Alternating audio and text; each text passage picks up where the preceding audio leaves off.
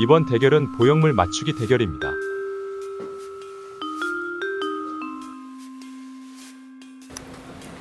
오.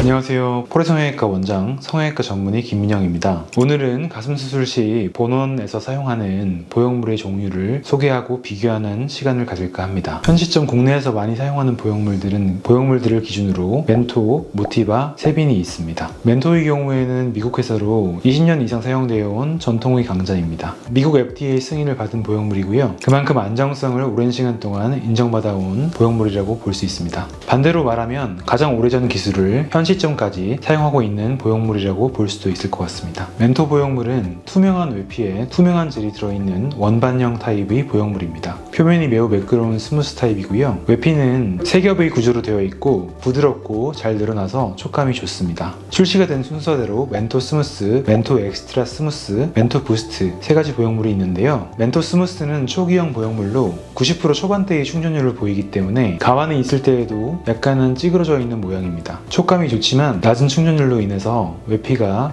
쉽게 구겨지는 특성을 가지고 있습니다. 따라서 리플링 현상이 심하고 상대적으로 외피의 기계적 마모도가 높습니다. 그래서 본원에서는 멘토 스무스 보형물은 사용하지 않고 있습니다. 멘토 엑스트라 스무스 보형물은 줄여서 맨엑스라고 부르는데요. 현 시점까지 나온 모든 보형물 중에서 가장 부드러운 촉감을 자랑합니다. 멘토 스무스의 낮은 충전율과 달리 100%의 충전율을 가지고 있어서 리플링 현상과 구겨짐에 의한 기계적 마모도가 낮습니다. 하지만 여전히 타사 보형물에 비하면 리플링 현상이 조금 있는 편입니다. 젤의 점도가 낮기 때문에 굉장히 부드러운 촉감을 보이고 대신 보형물을 세웠을 때 가장 볼록해지는 지점인 MPP가 약 3분의 1 지점에 형성이 됩니다. 따라서 세웠을 때 물방울 모양으로 변하고요. 윗가슴 볼륨보다는 아랫가슴 볼륨을 주기에 더 유리한 보형물입니다. 그리고 최근에 출시한 멘토 부스트는 멘토 엑스트라 스무스와 외피는 같지만 젤의 점도가 약간 더 높아져서 MPP가 3분의 1이 아닌 2분의 1 지점으로 변했습니다. 따라서 보형물을 세웠을 때도 위와 아래가 거의 대칭을 보이고요. 기존 맨엑스의 부드러운 촉감을 거의 그대로 유지하면서 맨엑스의 단점이었던 리플링 현상과 윗가슴을 채우지 못했던 부분들을 개선했습니다. 현재까지 출시된 보형물 중에서 가장 고가이고 실제로 사용해보니 촉감과 모양 면에서 탁월합니다. 그 다음은 모티바 보형물입니다. 모티바 보형물은 코스타리카 생산이고 모 회사는 현재 미국 나스닥에 상장되어 있습니다. 지금 현재 촬영 시점이 2024년도 9월 말인데요. 딱 오늘부로 미국에서 FDA 승인을 받았다고 합니다. 한국을 비롯한 동아시아, 미국, 유럽 등지에서 사용할 수 있는 보형물입니다. 아주 미세한 요철이 표면에 있는 마이크로 텍스처 타입의 외피를 가지고 있고 외피가 6겹으로 구성이 되어 있어서 외피가 두껍고 튼튼하게 구성이 되어 있습니다. 따라서 리플링 현상이 거의 생기지 않는 장점이 있습니다. 또한 젤의 점도가 높아서 MPP가 2분의 1 지점에 형성이 되고 윗가슴을 채우기에 적합한 보형물이라고 할 수 있습니다. 두루두루 모든 측면에서 장점이 있는 팔방미인 같은 보형물입니다. 하지만 두꺼운 외피와 젤의 높은 점도로 인해서 다른 보형물들에 비하면 약간은 덜 부드러운 느낌이 들 수 있고요. 특히 강하게 쥐었을 때는 약간 단단하게 느껴집니다. 밀도가 높은 유선 조직과 굉장히 유사한 촉감을 가지고 있다고 할 수 있겠습니다. 마이크로 텍스처 타입이라서 구형 구축의 발생률이 스무스 타입에 비해서는 약간 더 낮다는 연구 결과가 있는데요. 차이가 없다는 연구 결과들도 있습니다. 사실 보형물의 외피보다는 가슴 수술 시 보형물이 세균에 노출되는 정도, 출혈의 양, 수술 후의 염증 반응의 정도와 같은 요인들이 구형 구축에 있어서 훨씬 더 중요하다고 저는 개인적으로 생각하고 있습니다. 마지막으로 세빈 보형물입니다. 프랑스 생산 보형물입니다. 미국 FDA 승인은 되어 있지 않고 한국을 포함한 아시아와 유럽에서 사용할 수 있습니다. 현존 보형물 중에서 가장 두꺼운 8겹의 외피를 가지고 있고 그래서 아마도 가장 튼튼하지 않을까 싶습니다. 리플링 현상도 거의 생기지 않습니다. 점도가 낮은 젤을 사용한 서브리미티, 점도가 높은 젤을 사용한 인테그리티로 구분되어서 출시가 되었는데요. 서브리미티의 경우에는 멘토 엑스트라 스무스와 동일하게 MPP가 3분의 1 지점에서 형성이 됩니다. 그리고 인테그리티는 모티바와 멘토 부스트와 유사하게 MPP가 2분의 1 지점에서 형성이 됩니다. 세빈 보형물은 모티바와 마찬가지로 마이크로 텍스처 타입의 외피를 가지고 있습니다. 가격이 상대적으로 조금 더 낮은 보형물이지만 저는 개인적으로 멘토나 모티바에 비해서 모양이나 촉감적으로 전혀 부족함이 없다고 생각을 하고 있습니다. 말씀드린 세 가지 회사에서 나온 보형물들을 각각의 특성에 맞게 제가 비교 분석해서 표로 정리해 보았습니다. 캡처해서 보형물들을 비교하는데 한번 참고해 보시면 좋을 것 같습니다.